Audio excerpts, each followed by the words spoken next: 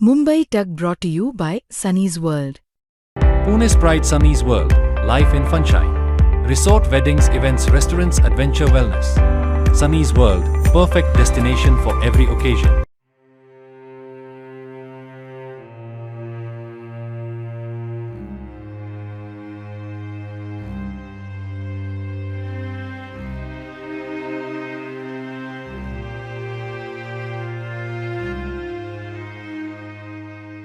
पालघरच्या धानिवरीत सोमवारी एक अत्यंत काळीज पिळवटून टाकणारी घटना घडली आहे। एका साखरपुड्याच्या कार्यक्रमासाठी आनंदाने निघालेल्या 40हून अधिक वऱ्हाड्यांच्या आयशर ट्रकचा भीषण अपघात झालाय।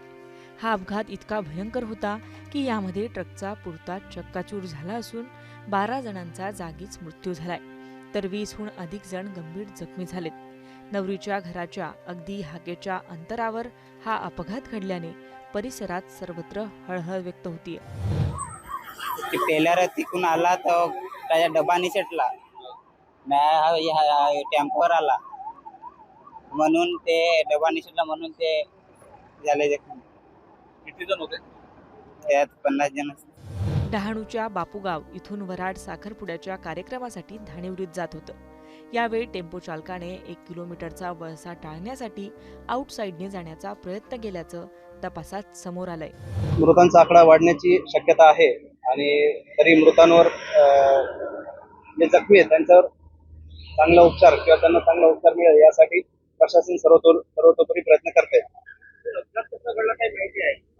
प्रथमदर्शनी अशी माहिती की जे काही वऱ्हाडाचा जो काही टेम्पो होता त्यामध्ये हे रॉंग साईडने चाललेले असल्यामुळे प्रथमदर्शनी तर अपघाताचं कारण ते दिसतंय की त्यांनी 1 किलोमीटर समोरून युटर्न मारून आपल्या गावाकडे वळण्यासाठी त्यांना रेग्युलर रस्ता असताना त्यांनी शॉर्टकट म्हणून थोडासा युटर्न वाचवायच्या दरम्यान त्यांनी रॉंग साईडने घेतल्यामुळे त्यातून कुठेतरी हा अपघात झाल्याचं प्रथमदर्शनी दिसतंय, पण तपासामध्ये पुढील बाबी समोर येतील।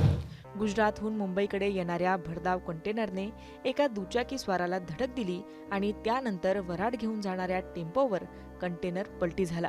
घटनेची माहिती मिळताच पालघर लोकसभा मतदारसंघाचे खासदार हेमंत सावरा यांनी तातडीने घटनास्थळी धाव घेत पाहणी केली। जे जखमी झालेत किंवा जे मयत झालेत त्यांना तातडीची चांगली अशी मदत सरकारतर्फे मिळावी यासाठी आम्ही पालकमंत्र्यांकडे आग्रह धरणार आहोत। अर्थात आल्यानंतर आढावा घेऊन ते पुढची सूचना देत। हा टेम्पो खरं तर आउट साईडने येत होता आणि दुसरा विषय असा आहे की हे व्हाईट टॅपिंग केलं त्याच्या बाजूला जो साईड पट्टी पाहिजे ती कुठेच नाहीये, त्याच्यामुळे वारंवार असे अपघात घडत आहेत अशी माहिती स्थानिकांनी दिली। जे ठेकेदार आहेत या महामार्गाचं काम करत होते त्यांना कुठेतरी पाठीशी घातलं जात याचा आरोप। या निमित्ताने या सगळ्या प्रकरणाची चौकशी होईल, रोडची सुद्धा चौकशी होईल, जिथे साईड पट्टी केली गेलेली नाही, जे आवश्यक ज्या नियमानुसार हायवेच्या नियमानुसार जे व्हायला पाहिजे काम ते झाले नसेल तर त्याच्यावर कारवाई झाली पाहिजे।